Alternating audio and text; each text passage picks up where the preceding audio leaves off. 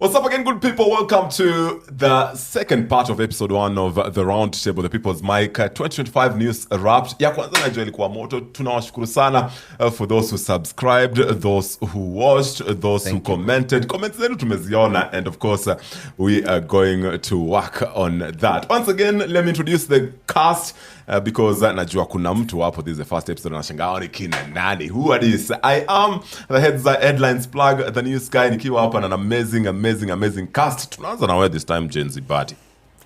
I'm Gen Z Buddy, as you've heard. I'm delighted to be here to serve you guys, and I'm happy. Thank you for watching. Thank you for subscribing. Thank you for keeping it locked. You're here to serve us? Not you. What are you serving us for? Okay, boy. All right. Hiya, sawa. So I'm Chashei on TikTok and all other handles. We are here to dissect on matters that are affecting us on a daily basis, and feel free to be part of the conversation because this is the people's mic. Definitely. As you bonyeza ile kitu bana tufikishe hata 10k subscribers bana na inaipatwa hey. Namna gani? So 10k subscribers pale. And as you do that, let me just let you know that we are shooting this episode at Kajim Events Studios. They've got amazing space for you to shoot your podcasts, your monologues and everything. And of course, ata equipment yao man ni tops.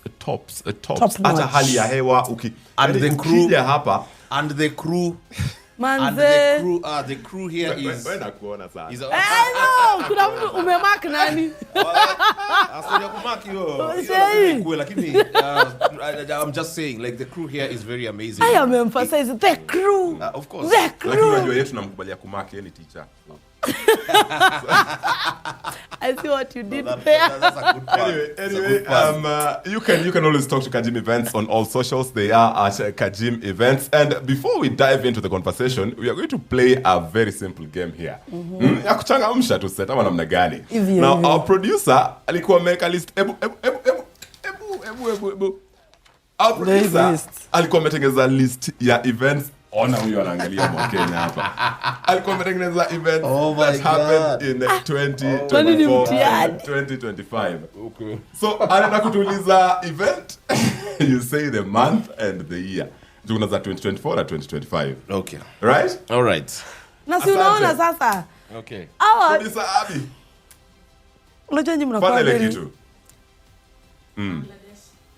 Bangladesh protests. 2024 August. Munieke hapa points. Munieke hapa juu. One point Gen Z Buddy. Indonesia 2024. 2025. 2025. So this guy na 2025. Yes. 2024. Hey, mwalimu, which month? I don't know the month. Ala? Unaweza kosa month lakini watu ndio ni Mumenoa. Indonesia. Na sisi ndio watu wa habari. Okay. Na wao ndio wanaandika dates kwa video zao. Wanaandika mpaka date. 2025 Madagascar, which month? Madagascar, September or October, one of the two. It should be September. Tanikopishe September. Ilianza September lakini walitopple government October. It is September. The protest. It's September. Mpaka amesema Okay. 15th October. So 2025. 2025. Of course, which month? Which October. month? Haikuwa October. Ilikuwa before hata protest za Kenya. April. March. September. September. Ilikuwa after. Tunaenda bumper to bumper na Madagascar. Yeah, so I got it. Kwa TL yetu tulikuwa confused. So teacher Shei wangu. So I got it. So no problem. 1, 2, 0. Mongolia. 2025. Eh, Hiyo August. ni latest. Yeah. Alia. Than September. Mongolia. June. July. March. May. That's rigged. It's not rigged. Natuma ballot box. It's not rigged. No, you are producer. No, you. Mna ballot box mnaingiza tu kwa polling station. So I win that Kuna segment. kitu kamefanyika. Anyway, congratulations Gen Z. Thank you. Utabai wa lunch na teacher Shei. Thanks. Let's get into the conversation, and we've got four major events to talk about zenye zili happen towards the end of 2025. Now, remember, if you're going to be the first person to comment on this video, we'll invite you on set next time. Ukona sisi interact na sisi tukishoot, and you never know, man, tunaweza kushikia hata lunch ama namna gani. Anyway, 2025 wrapped part 2. Tuanze na this one happened later in the year. Lakini I feel like the other events zilikuwa na more weight kuishinda. And by elections. Wamuthende guitar. Wacha nione kura ya Wamuthende. You know what excited me about that Dini? Alisema jina Wamuthende mara moja mpaka ikafika point akaishiwa na hewa. So he had to say Wamuthende. And so I want us to start this conversation Oh the my by-elections God. from point moja. And I'm going to call this the battle between Goliath and Soprano. The battle of the mountain. Wewe Goliathi. Goliath and Soprano. Who do you think will come out tops? Because kuna tunasema the fact that Goliathi alipata kura hata kama hakushinda ilikuwa a win for them because it was a relatively new party. But kuna watu wanasema Soprano finally alionyesha yenyewe Soprano si Soprano tu ni fire si fire. So, see, these Mbeere North constituency by-elections was a must-win for President Ruto. For Soprano. Yeah, and President Ruto, the UDA, Kenya Kwanza as a whole. Yes. Why? Because if they would have lost that particular seat in Mbeere North, then that's it's the end of UDA I mean, we know it's the end already, but yeah, that would have been it will have stamped the end of UDA in Mount Kenya. Yes. You know, already UDA in Mount Kenya is just Mambo yao imekwama. wana maneuver too, but stamping will have been this particular by-election. That's why it was highly contested. But this Mbeere North constituency, there are some things I learned about it. The member of parliament in that constituency, in those constituencies, Mbeere North, Mbeere South, they normally vote according to smaller clans. Yeah, so that is why that is why every Mbeere North constituency elections, the margin has always been very small. Very tiny. Yeah, it has always been very small. So on the ground, the clan will be, you know what, we are not voting for UDA per se, we are just voting for Wamuthende. But when it comes to, if it was a presidential election, I just don't think UDA could have garnered those votes when it comes to... Yeah. Oh, so you're trying to say it's because of the resources zenye zilimwagwa? Yeah. Because that was the focus. Yes. You know, where Leo Wamuthende is coming from, it's a particularly large clan. Yeah. So he has some big political, big political stake around there.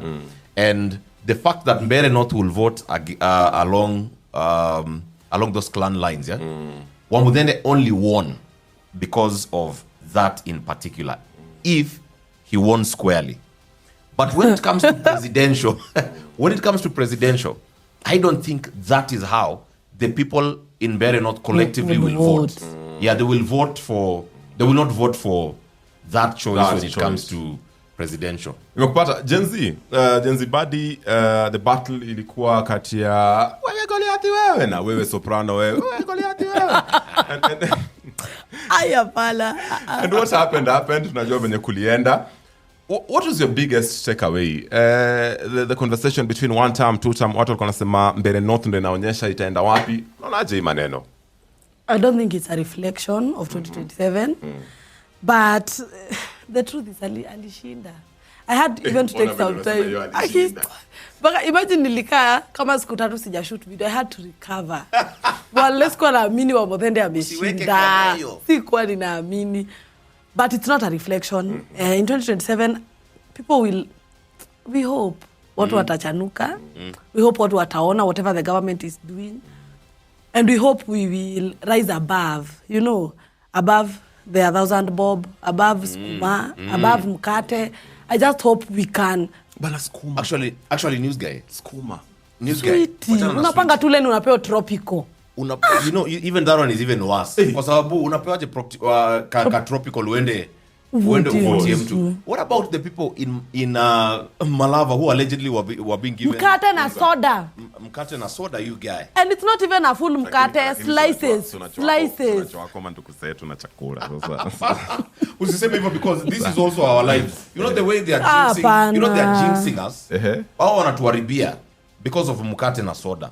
Na tukiangalia in the long run, sisi wote ndo tutakuja kuumia. Manze. You get? Because huyo mtu mwenye umechagua wa mkate na soda, ndo ataitwa mahali aambiwe, end of vote hivi, nataka uweke hizo controversial bills that they normally vote inside there. It will affect sisi zote.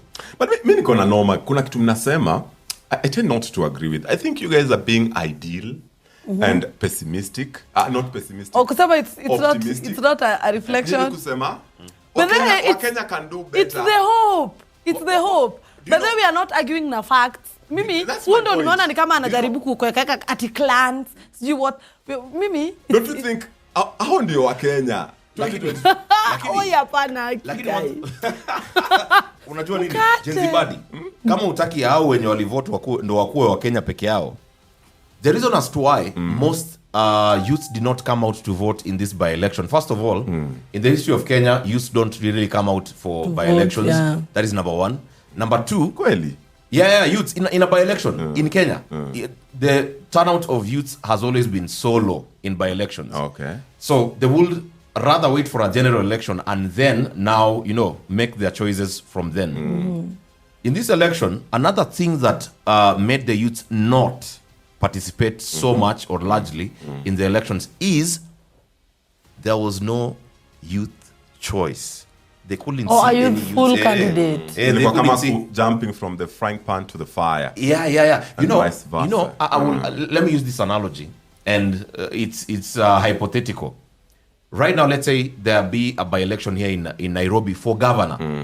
So let's say there is Sakaja, there is Babu Owino, there is Gakuya. There is Moses Kuria.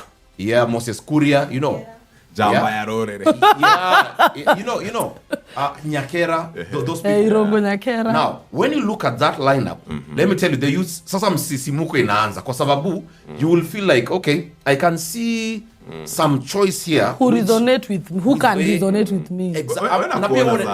Na pia labda sifuna sana. No, I'm giving a hypothetical. Unamwona? When you see that, yes, at least as a youth, you will say, there's a reason for me to vote. I'm going to vote. Yeah, I'm going to vote. So again, part of the reason is we do not have a youthful candidate in most of these by-elections. But wacha niongele Sammy Letasio, they were the Gen Z candidate in Baringo. In Baringo, yes. I understand that area is largely, I wouldn't say cosmopolitan, but it's like a community moja ndo iko dominant. And then Sammy is coming from a very small subgroup from there. Yes, and then there are political bigwigs there. There was UDA, there was another party there. Those are bigwigs in that Baringo County. Now, if the youths of Baringo could have seen Sammy Letasio as an option, they should have gone to vote for him. But because of the culture of, that's the third point now, the culture of being given handouts, you go and be a goon, you go and, go and take alcohol, that again is going to form. Ndio maana nakuuliza. Because that painted the true picture of the youth of Kenya. Lakini mimi nilisikia, hebu mniambie kama ni ukweli. Nilisikia walisema ati walitumia register ya 2022 and so the new voters could not have voted. Ni ukweli? Can I tell you why I feel like that's an invalid argument? Because in 2022, 8 million people about 8 million voters did not vote, most of them young people. So kama walikuwa wanataka kuonyesha yenyewe tumechange, mbona wangeanza na by election? Yeah, this ingefaa kwa the one where the youth could stamp their presence. So I think basically what you're saying is Mazejo, my youth, we can do better. Tunaweza fanya. My Gen Z. Enyewe mimi ni millennial. My youth. Unasikia my youth. We can do better, and which takes me to the next now part of the conversation and the next event, the appointment of the IEBC, the handling of the elections, and voter registration generally. So let's start with the appointment of the IEBC. That happened way back in June. I think it was on the 10th of June. Yeah. President William Ruto names Erastus Ethekon. Edung. It's called Edung, right? Yeah. As the chairperson of the IEBC. Mimi, What first goes through your mind? What's your reaction? I just warned him and I just told him you can see from your wanaitangwaje hao wenye walitoka. Kifuata hiyo mkondo pia miaka ni 2 na miezi kadhaa. Okay, now let me put this in a way that people will not see that I am already biased with, or rather I'm having a certain perspective. Sasha sema akubaya sababu anasema people will see. Chocheni tu na cyber crime law iko kotini bado. Now, Erastus Ethekon Edung. Yes. Mister, me, I have one message for you. I don't want to lie to you. Me, the first moment I saw you, this is my perception towards you. It's not other people's. And it's not the round table. Yes, it's not also, the round table stick. This is mine. Teacher Shei. Mimi venye nilikuona Erastus, I felt like this job might be too much. Yeah, I mean, I didn't like you on that job because of some few reasons here and there. And I understand you're a person who has been a person of integrity all through. Yes. There will be no need of coming into the job and now start exercising, things which are not integral in the part of, in as far as our elections are concerned. Lastly, Mr. Erastus, this election, and this is not a threat, these elections are going to be very, very crucial in the lives of many Kenyans. Yes. Because we are like in a moment of change. Yeah. So if you come in there in the IBC and you don't understand this is a moment of change, then there is going to be you'll have a conflict with many, many other people. Unlike your predecessors, hii yako itakuwa ni norma. Yeah, So the endeavor dynamics to be have as changed. integral as possible so that you deliver a free, fair, and verifiable elections. Amazing. And talking about verifiability, kesi ilipelekwa koti kasema wanataka kutoa maneno ya the polling station being the final place.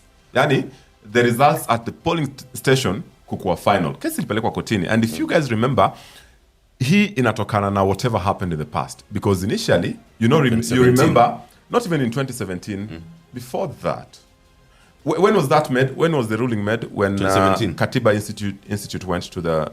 was it in 2017? Or pre that? Because pre that, Katiba pre that. Institute ndio ilienda koti, then koti ka ruled that.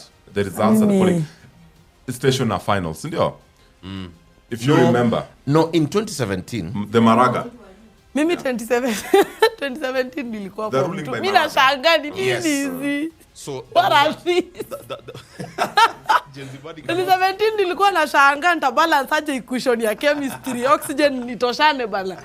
Hao watu walikuwa wanapeleka katiba kotini. Sasa wacha tukuelezee hiyo 2017 elections were held, general elections, and the ODM, then I think it was called CORD, the coalition CORD. They went there was Mudavadi, Kalonzo, Baba. Baba.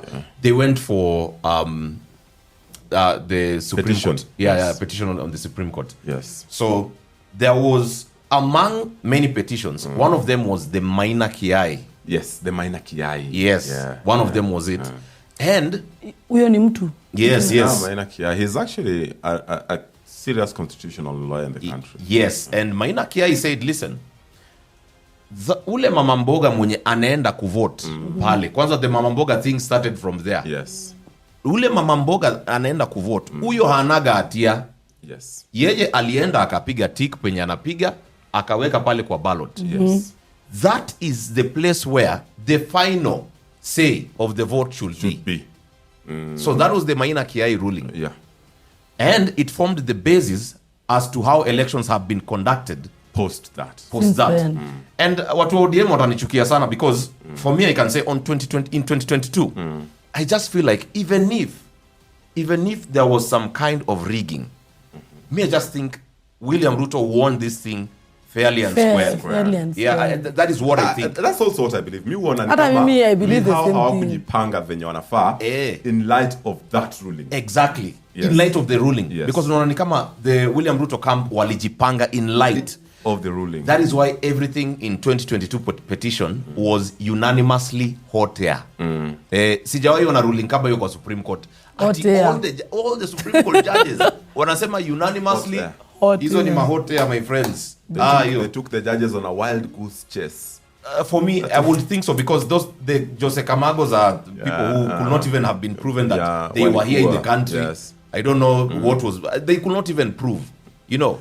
Now, my question is, and I'm going back to my point here, IEBC, and now in light of all these rulings and the fact that now, after they were appointed, there's a case now to rescind that decision, or to challenge that decision by the Supreme Court.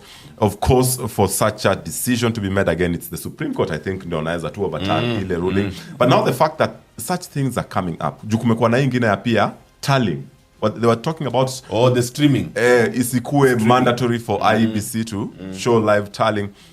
What does this portend for the future of IEBC? As in, where does this place IEBC? Because they have not come out to give a statement ya kusema sisi kama IEBC Tunagree ama results at the tunakataa. polling stations inafaa kukua final. Of course wanaweza kuwa wanasema tunafaa kukua neutral kwa hizi zote. But does it increase the voters' confidence in the IEBC? Ama unaona kidogo kuna mchezo ya town imeanza? Mchezo wa tauni. Mchezo wa tauni. And I As agree simple with that. as that. Mchezo wa tauni. Kwa sababu unajua as Shei amesema the dynamics have changed completely. Yes. Hizi si elections zenye zimekuwa zikihappen. The fact venye baba ali the dynamics changed. It's a very serious election. 2027 IEBC na wahurumia tu. Yeah, That's all I can say. Aki na wahurumia. You know why these petitions are being put there? Yes. You know, it's like you're taking the power away from the mamambo, the person casting the vote. Yeah, the person, me who is going The to voter. cast. Me, you, you know, and any other person who is going to. Now what wajue hivyo. You're going to cast your vote. The power should not be taken away from you. Because Maina Kiai, that is what he wanted. Yes. Because the power And I belongs don't to feel you. like it was Maina Kiai. It was the people. He was just speaking for the people. Yeah. He was speaking to for the people. Yeah. And you know what he wanted is, because the constitution already exclaims that the power is supreme and it will just belong to you, the people who own that constitution. Then when you go to vote, that is your power.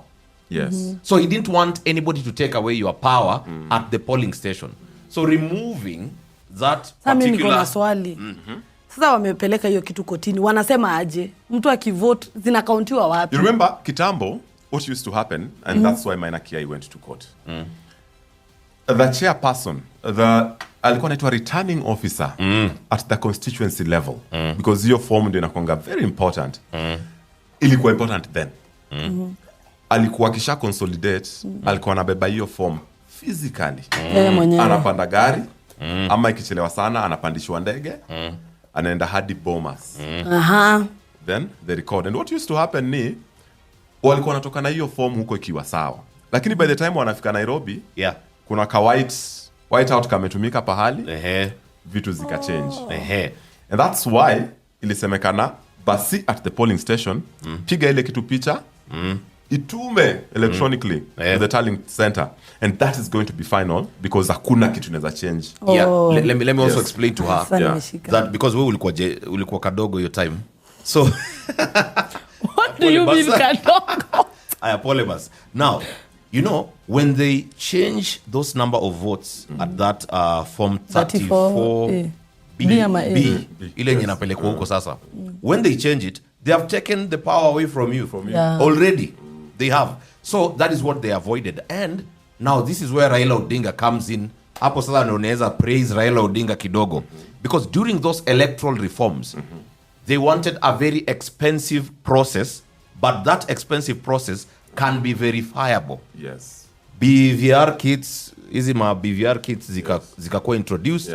That is where the hata watu walitrainiwa wenye walikuwa wanaenda kukoa the returning officers na wale wa polling wanitogaje polling clerks pia wakakuwa trained on how to use them. After watu tumecount ma vote, si inaandikwa kwa form 34A pale ile ya kwanza. Hiyo utapiga picha alafu itumwe kwa constituency. Pale kwa constituency tallying center. Now ikifika hapo zinahesabiwa zote hizo ma form 34As from everywhere. Alafu wanaweka final tally ya constituency. Hiyo ni form 34B. Ndio hiyo sasa inatumwa wapi? Bomas. Chatumwa Bomas. Kuna sasa huyo IBC chair na commission wanapanga hizo zote zenye mmetumwa kwa constituency 34Bs form 34C. Hiyo sasa ndo inaletwa, mnaambiwa ladies and gentlemen, we now have a new president elect in the country, and it is not Matiang'i. It is okay. Sorry. Shots fired. But they wouldn't say. Can I leave? Is it too early to leave?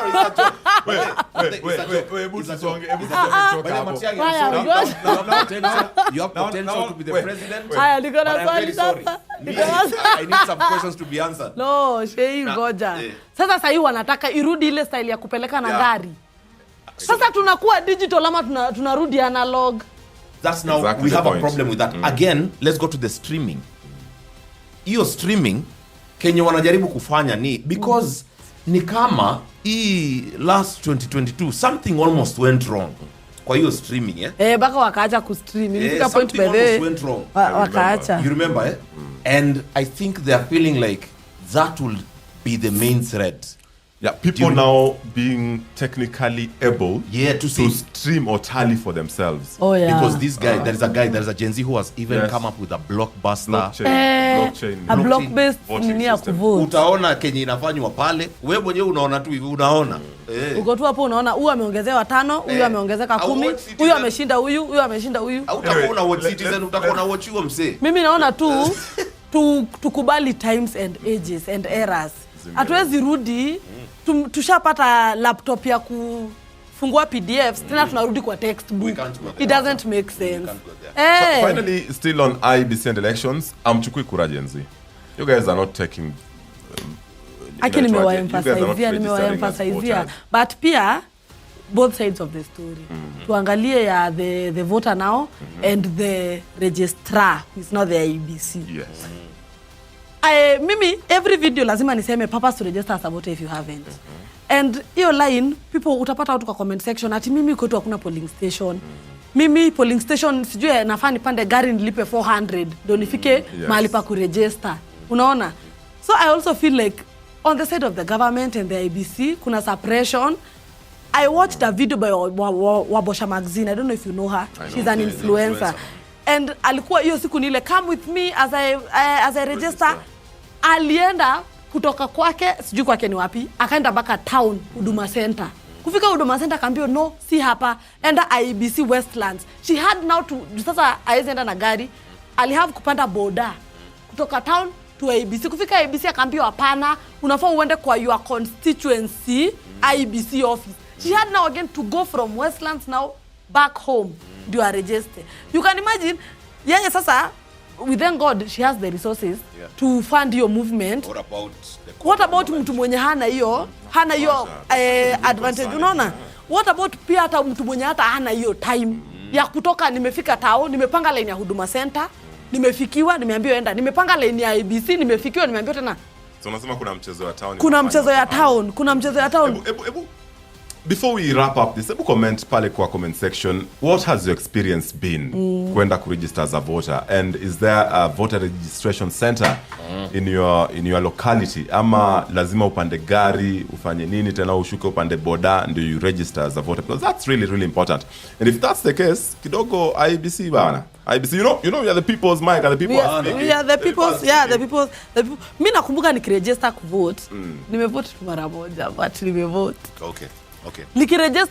Niliregister hapo nje kwetu. Hapo nje. Nilitoka walikuwa na meza hapo nje. Hata I don't know IBC office yetu iko wapi. So So nashangani, what's different this time? Like, why can't they do? There's also an argument by the IEBC because wanasema for the CVC, CVR ni continuous voter registration. They usually don't do it hivyo. Wanafanya at the constituent. Then sasa kutakuwa na MVR, mass voter registration. And sasa that is when IBC argues hizi centers zuwe kwa place moja mingi. Hiyo MVR huwa inaanza lini? Hiyo ndio baada IBC haija. Lakini kuna there will be another time where they will announce the that mass. But wana frustrate watu, wana frustrate kwa sababu mimi I've had that's the first one. Kuna bado ya my friend, a close friend of mine bado alienda kuregister kwenda akaambiwa tujua ameenda lunch, alikapo from around 12 to 4 hawajarudi. She had to go back home, come the next day. Hapana, si poa. Which kabla turapi kitu by the way, hatuwezi kuwa tunaambia watu wachukue kura, sisi hatujachukua kura. We are going to play a very simple game. Very simple game tukimalizia history ya voting. Unasema kura yako iko wapi? Which polling station? Mimi mwenyewe. Kiambu County, Limuru constituency, Ngecha Tigoni ward, St. Paul's University Primary School. Aya. Nakuru County. Nakuru County. Nakuru East constituency. Umesema ward? Yes. Umesema ward? Yes. Flamingo ward, polling station Lakeview Primary School. Amazing. Nairobi County. See, yes. Verify guys, verify. Nairobi County, Starehe constituency, ward inaitwa Kariako Ziwani ward, navotia Kariako Social Hall hapo ndani. Amazing. So mchukue kura guys. Acha tusiingilie. Purpose to register as a voter if you have it. And I use the word purpose because you have to mean it. I want to change this country and I can only do it if I'm a registered voter. So purpose to register as a voter if you haven't. Unaona your passion. So we have you in the cast. Anyway, moving away from by-elections and IEBC and registering as voters, kuna kitu nataka we touch on very fast and then we move to the big one yenye li disrupt kila kitu. Cybercrime bill. Juu pia ilileta shida. Wacha nianze na hiyo. Wacha niongee. Wacha niongee. Sasa kuna kitu nilikuwa nataka watu wajue about the cybercrime law. You know, I listened to this guy called Muigai, some very young constitutional expert, namuitaka constitutional expert. So this guy was explaining why there are some segments in that cybercrime law that are going to deliberately cause chaos and eventually even burn down this country. Because he's explaining what the introducers of this bill and eventually law were doing. They were trying to do something which similarly happened in Tanzania during their elections. So first of all, he says, do you know the person who introduced that law? Alisema yeye haangaliagi law kwanza, anaangaliaga mwenye ali-introduce. The intention. Yes. From there, you can actually get mbona. Why? Mbona huyu ndo ame-introduce. Akafuatilia huyo mtu vizuri, and then akaona huyu mtu alilearn, I don't know, it is something to do with jurisprudence, some kind of SJD. SJD. You know. Now, Juris doctor or something. Juris doctor. So uni mtu mwenye aki-introduce law ni kama daktari. Ye ni mtu daktari wa sheria. Ana introduce vitu zenye nyinyi mtaona, sisi zenye si tutaona. There are some things they see even further. Mwenipata? Yes. So on the cybercrime law, I will agree on the issue of being sued. Hiyo mimi sikatai. Hiyo ni sawa. There is no problem with that. Yes. But anything that is going to interfere with the Information Act, where everyone is entitled to information of anything that is going on in the country as a matter of their own security, that one now I don't agree with it. I think mimi pia hapo ndio niko na shida.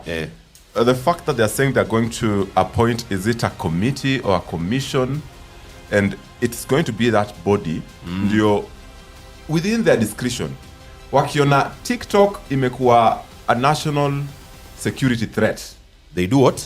wanafinya Switch. Unakumbuka there was a time Uhuru Kenyatta aliambia watu wa media, zimeni hizo mavibanda zenyu mtoke hapa, na TV zikazimwa.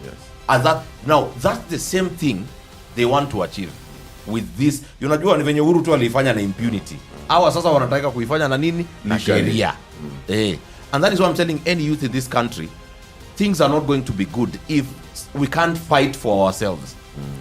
Watu kama Raila fought for themselves. Okay, they fought for the country, and even when they are fighting for the country, they are fighting for themselves. There are other people like Uhuru Kenyatta. How did they get that space? They had to fight to get that space. William Ruto hapo kwa uhunye anyway. Ni sawa tu because William Ruto alianza akiwa kijana. Sidio? Fought for his space, came to where he is. He's the president.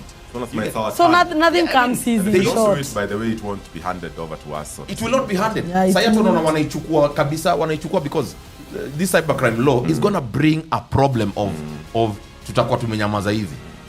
But like you said, inaweza kuwa hiyo kitu wao wanataka kutumia kuchapa watu. Itawachapa wenyewe. Inaweza wageuzia inaweza waramba. Because it will burn down this country. That's not a threat. The things that they are advocating for, it has the potential of bringing this country into a standstill. Really powerful sentiments. Ndio maana tunasema we are the people's podcast. Mkisikia anaongea hivyo, msifikirie anaongea tu hivyo. Ni pale kwa comments za video zake ameunganisha akapata paragraph and akaona hapa there's a problem. Uko na maoni on cybercrimes bill? Reject. Nyinyi ndo mtaleta shida hii. Watoto wa Kenya wataleta shida hii Afrika. Reject.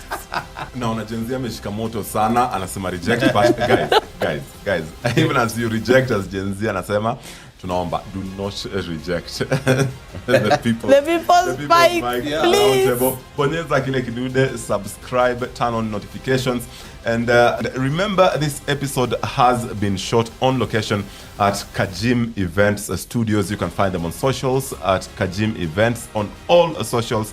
And as you can see, man, amazing set, amazing seats, amazing equipment, mic, and cameras. I can tell you from the quality, you can tell Mazejo. And the crew top notch. Wait. Top notch, yeah.